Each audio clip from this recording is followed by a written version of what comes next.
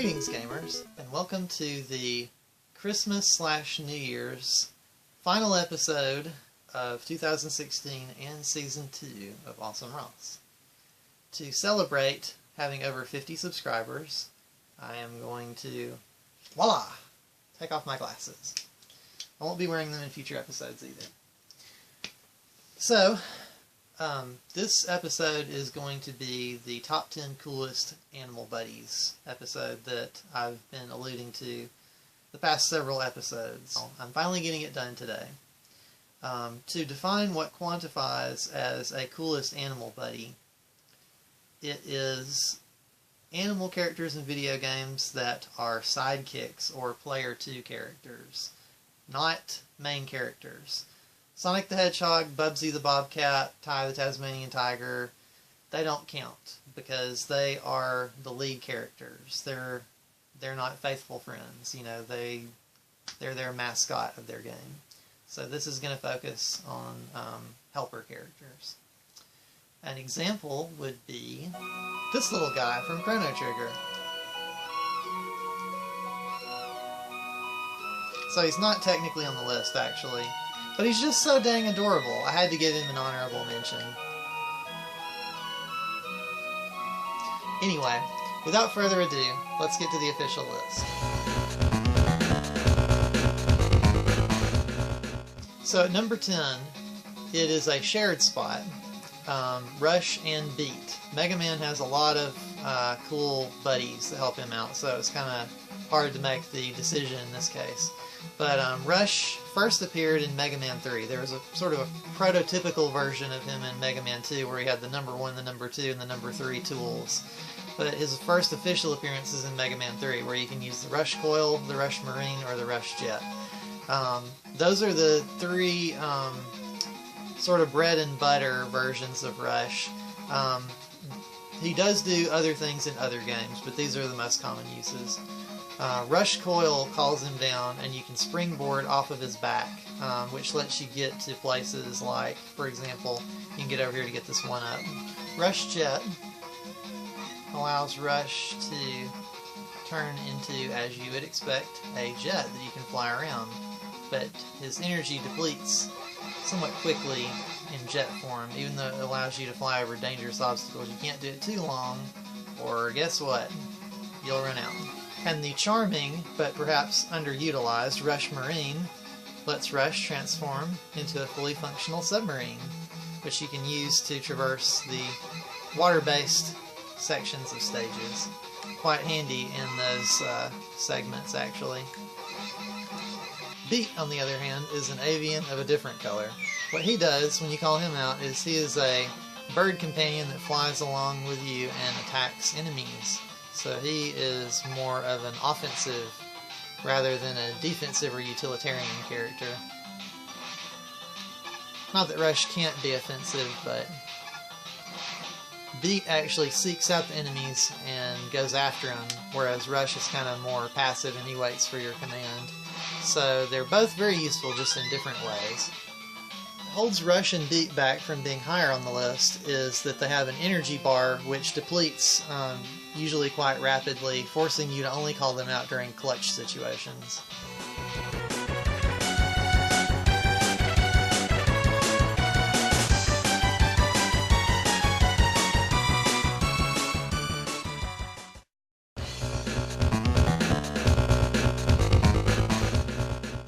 Coming in at number 9 is Miles Tails Per Hour. Sonic's friend and companion in many of his games, seen here in his first playable appearance in Sonic the Hedgehog 2. In Sonic the Hedgehog 2, Tails runs behind Sonic and the computer controls him and he assists you to some extent. You can also use Controller 2 to control him and have the second player play as if you want to. Or if you're feeling fancy, you can play as Tails just by himself, which is kind of fun. Sonic 3, Tails can actually do something even cooler. He can pick up Sonic and carry him for short distances, which is a really neat ability. But he can only do it for so long because he eventually does get tired. Why doesn't Tails come in higher on the list? Well, here's one example. He messes you up sometimes. as seen here in the Sonic 2 special stage. Like, he runs into bombs and makes you lose rings.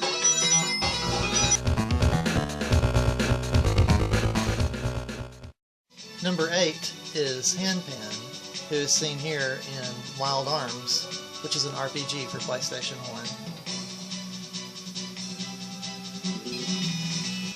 Handpan assists Jack, who is a treasure hunter.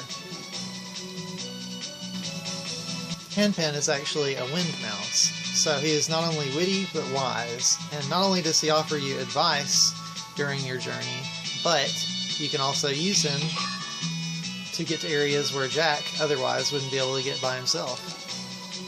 If you hit the square button, you can send Handpan out on a wind dash, and he can cross gaps that you wouldn't be able to cross, as well as help you get items that you normally wouldn't be able to reach. You can even be in 2 places at once. Why doesn't Handpan come in higher on the list? Well, you can only use Handpan while playing as Jack. Plus, more importantly, his abilities are still somewhat niche abilities, only useful in certain scenarios, at least comparatively, compared to some of the other characters on the list.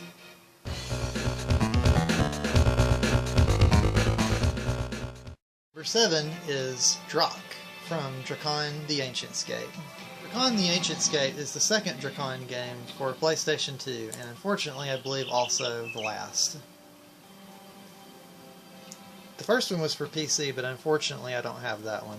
But what's special about Drak and Drakon is that it's the first 3D game that really captures the feeling of flight. You can take wings and fly on a dragon and breathe fire and do all the classic dragon stuff. It's a really neat game and a neat feeling. This was the first game that I ever played that really captured the essence, I think, of what it's like to fly around on a dragon, at least 3D game.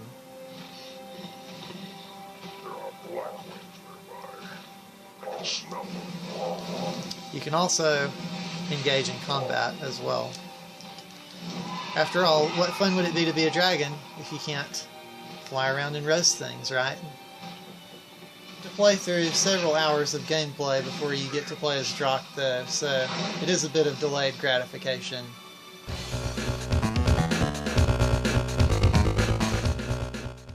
Number 6 is Huey from Haunting Ground, which is a somewhat obscure survival horror game for PlayStation 2. In Haunting Ground, you play as Fiona, and Huey accompanies you on your journey. He can attack for you and grab items. The only thing is, just like a real dog, he doesn't always obey. But as you can see, I've sicked Huey on this mutant guy so I can get away from him. The only downsides are that, like Drakon, you only get Huey once you've played into the game a few hours, so there's some kind of delayed gratification in effect there. Plus, there is a command system for Huey. You can tell Huey to follow you, you can tell him to attack or pick up items if they're out of reach for Fiona. But then also you have to train Huey, which is kind of cool, but it requires some work. You can either scold Huey. No.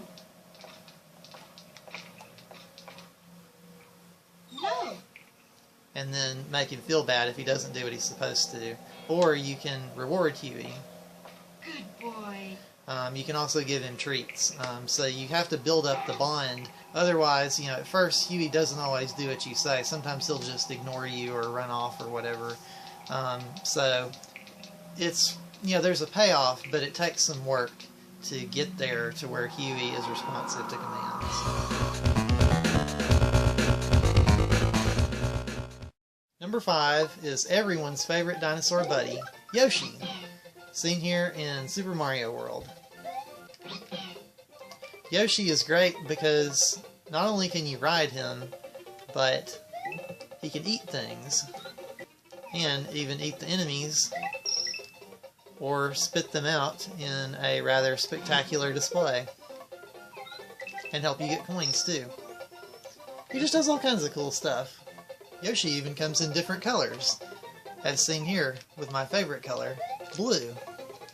Yoshi is so useful, in fact, that it's almost never, not beneficial to have him. The only downside to Yoshi, in fact, is really that he has a tendency to get scared and run away and leave you when you need him the most, which can be rather aggravating.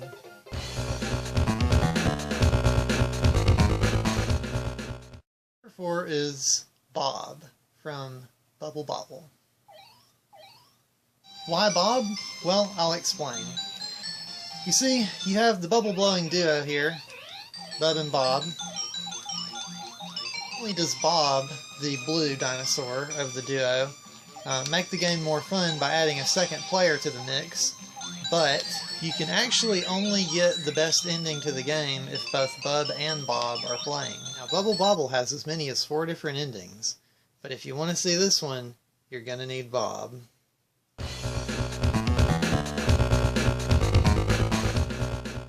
Getting into the top 3 is...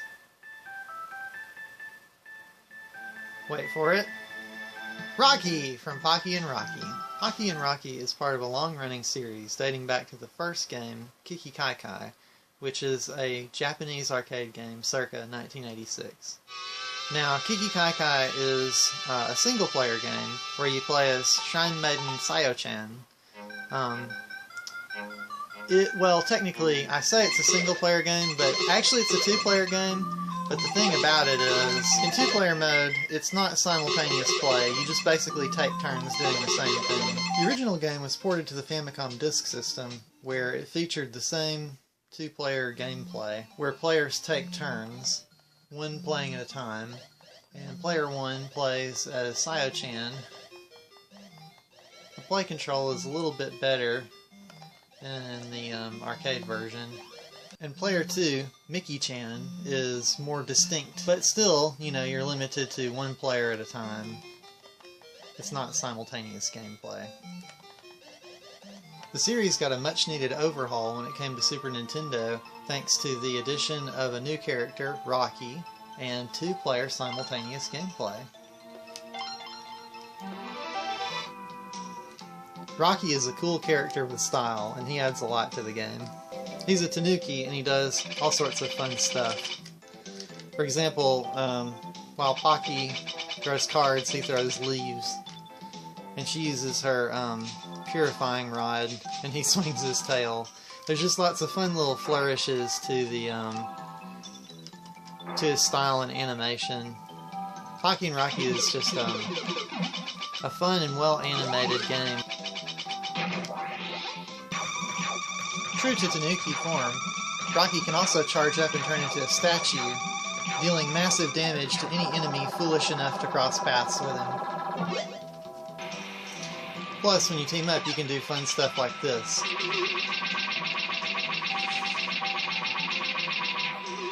And for an added twist in Pocky and Rocky 2, Pocky and Rocky, or the other characters, can actually fuse together and combine their abilities to do new tricks. Rocky is a super cool tanuki who made the series a lot better as soon as he entered it, and they never looked back. So that's why he's number 3.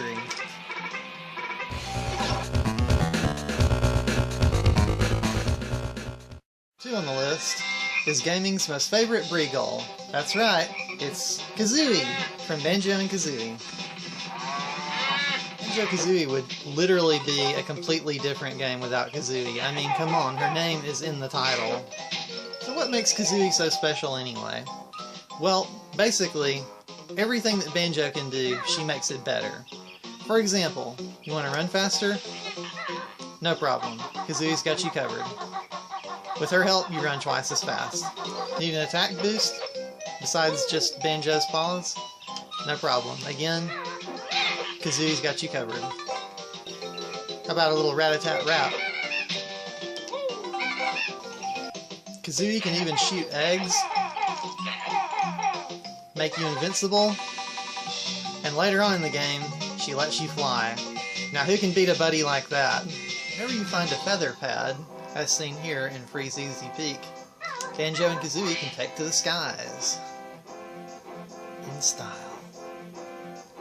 You can fly around free roaming in the level with Kazooie and use feathers, as you can see by the feather count there, to flap Kazooie's wings and make her fly higher. And Banjo and Kazooie also have some offensive capabilities too, like Kazooie's dash, to take out the evil snowmen who plague you in this level. Apropos for the holiday season now. In fact, I like Banjo and Kazooie so much that I put them on top of my game room Christmas tree every year.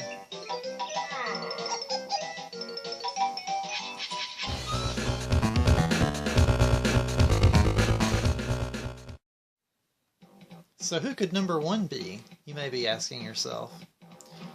Well, I'll give you a hint. Number 1 is from a Sega Genesis game from 1990. Can you guess which one it is? If not, you're about to find out. Sorry for the quality, by the way. I'm having to run it through an RF signal. It's running on real hardware, that's why I'm having to use an RF adapter. Yep, if you haven't guessed by now, it's Yamato from Shadow Dancer. Yamato is the faithful companion of Shinobi, or as he's referred to in the instruction booklet, Joe Musashi, who is the hero of the original Shinobi game. What makes Yamato really cool, why I'm putting him as number 1 on the list, is that throughout your journey through Union Lizard, which is the evil, crime syndicate basically, who's taken over the city, throughout your journey through Union Lizard territory, Yamato is always with you. Like, he's present throughout the entire adventure. Yamato will bark at enemies to show you that danger is approaching, and there's a simple but elegant system that allows you to attack your foes with Yamato.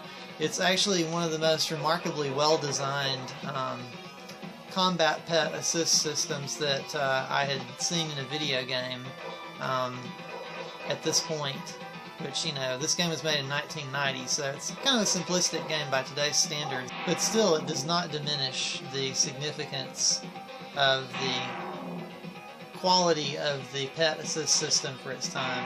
So like I said, besides barking at enemies, you can hold the B button to charge up Yamato, and when you have him fully charged, like, see, this guy's kind of hanging back and shooting at me with his gun, right? So I can send Yamato over in a flash to attack him, and Yamato will basically like grab onto him and bite him so that I can finish him off. Now, if you let Yamato sit on an enemy too long, he will get hurt. So like if I let him sit on this guy for a while, Yamato will struggle with him for a while, and eventually the guy gets him off. But it doesn't kill Yamato, and he doesn't run away from you. Instead, he just shrinks down to a puppy. But he still stays by your side the whole time, even as a puppy. He just can't attack enemies anymore. At least until you pick up a hostage. When you get a hostage, he grows back to full size. So then you can charge him up and use him again. Of course, since I'm sure some people are probably wondering, what happens if you charge up Yamato as a puppy? Well, it won't charge all the way up. There's a little sliver at the end that doesn't finish charging. Yamato, after a while though, even if you don't pick up a hostage, he'll grow back to regular size. I think it's after about maybe 30 seconds or a minute. See, he grows back on his own. Like I said, it's a simple but very elegant and well-designed system for its time, and Yamato just like looks cool and sounds cool. Like, I love the way he barks and the way that he looks, like the way he wags his tail, and I don't know, it's really great. It was the first pet in a video game that I ever was like, wow, this is really cool. And he's very helpful. Yamato is just awesome. So, Yamato's coolness factor, manual controls, simple elegance, and undying loyalty make him my pick for coolest animal buddy in gaming.